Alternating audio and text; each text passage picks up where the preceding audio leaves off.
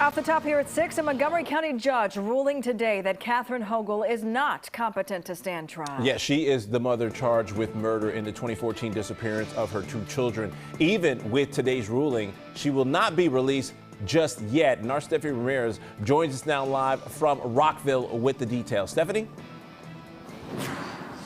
Robert, this does mean the charges were officially dismissed against her today. Now, some family members, they did anticipate this outcome, but still they were crying in court when the judge gave his ruling. The children's father also spoke, saying he appreciates the judge. He also said this to reporters after.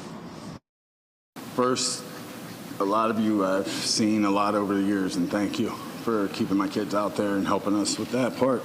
I guess the best place to start is where we're at. As I said in the courtroom for anyone who's in there, this system is broken.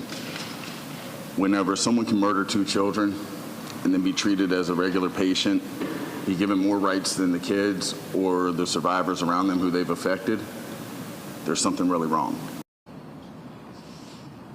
The last time 3-year-old Sarah and 2-year-old Jacob Hoggle were last seen was in the custody of their mother, Catherine Hoggle, back in 2014. She was initially charged with misdemeanor abduction, but then indicted for murder in 2017, giving officials 5 years more from that indictment to restore Catherine Hoggle to stand trial, or the charges would be dismissed. That deadline is actually tomorrow. Hoggle's attorney said since her arrest, at least 19 reports from the psychiatric facility treating Hoggle all found her incompetent to stand trial, but left open the possibility of her being restored. That was until more recently. Prosecutors in the most recent days tried to challenge those reports, believing Hoggle was faking it to not stand trial. They believe other evidence in this case, if allowed, would have shown that, but the judge sided with those reports, not finding Hoggle can properly aid in her own self-defense.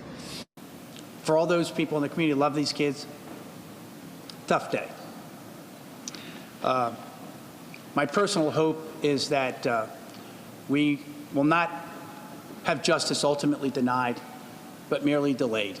She has taken medications of last resort for years, and she remains ill.